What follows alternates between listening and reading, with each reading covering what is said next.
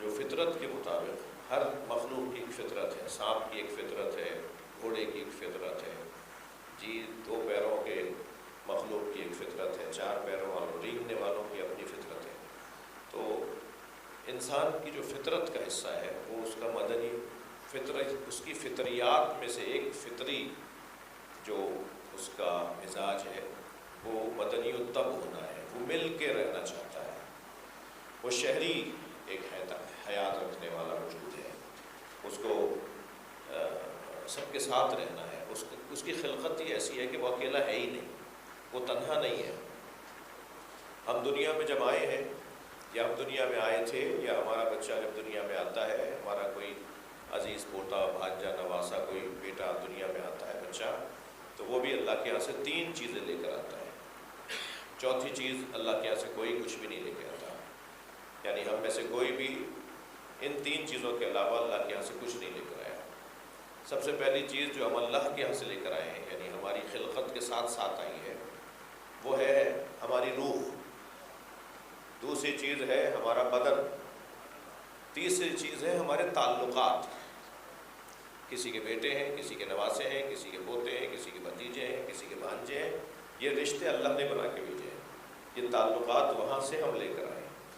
یعنی ہم دنیا میں آنے سے پہلے اس انداز سے بھیجے گئے ہیں، آنے سے پہلے سے ہی ہم ایسے تھے کہ ہمارا کسی سے تعلق تھا، تو تعلق دار بن کر ہم دنیا میں بھیجے گئے ہیں.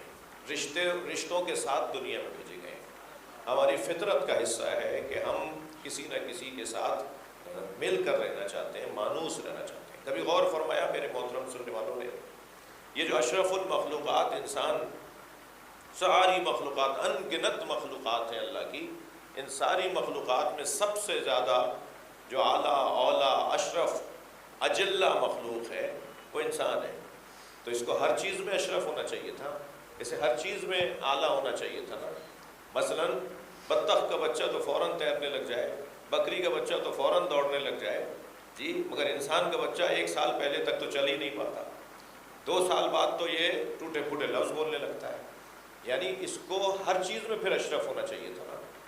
لیکن نہیں، انسان کا بچہ کیوں 2 سال تک بول نہیں پا رہا، کیوں سال بھر تک پاؤں گھٹنیوں بھی نہیں چل پا رہا؟ اس کی وجہ یہ ہے کہ اسے مدنی الطب بنایا ہے، اس کو محتاجی دی تاکہ یہ کسی کا محتاج ہو جائے، پھر اس سے اسے پیار ہونے لگے.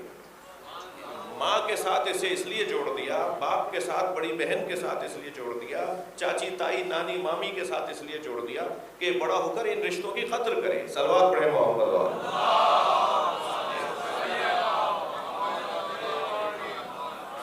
اسے کوئی بتائے گا میں نے تجھے گود میں کھلایا تھا، اسے کوئی بتائے گا کہ میں نے اپنے ہاتھ سے تجھے لقمے دیے تھے، تمہارے کپڑے میں تبدیل کرتی تھی، تمہیں نہلایا میں نے تھا. یہ جب رشتے، یہ تعلق، جو محتاجی جو ہے، یہ اس میں اس کا کوئی عیب نہیں ہے، نقص نہیں ہے، بلکہ اس کو کیونکہ رشتوں سے جوڑنا تھا اور رشتوں سے اس کی مجبوری سے جوڑتی.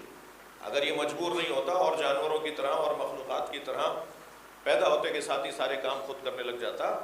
آپ یہی دانت کا لے لیجئے، بکری کا بچہ تو دانت لے کے پیدا ہوتا ہے، انسان کا بچہ دانت لے کے پیدا نہیں ہوتا جی، کیونکہ اگر یہ دانت لے کے پیدا ہوتا تو یہ ماں کو زخمی کر دیتا. یہ وابستگی نہیں رہ پاتی اس کی، کوئی کھلائے اسے، اس کے لیے کچھ بنائے اور اس کے مزاج کے مطابق بنائے غذا تاکہ یہ اس سے پھر مانوس ہوتا چلا جائے. یہ جو وابستگی پروردگار عالم میں قرار دی ہے، اس وابستگی کے اندر پھر درجے ہیں.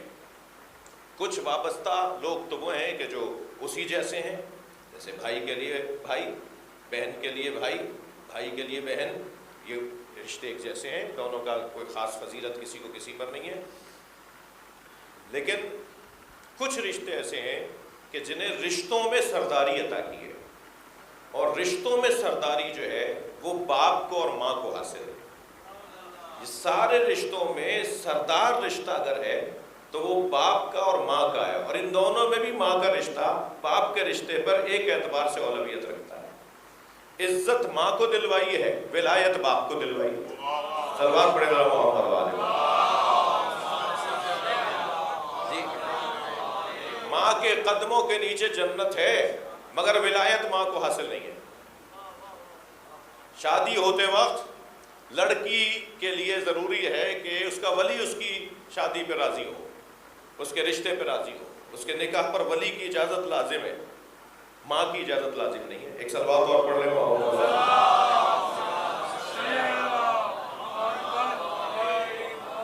کیونکہ ماں اولا اور اعلیٰ ہے، افضل ہے، فضیلت رکھتی ہے، مگر ولایت نہیں رکھتی۔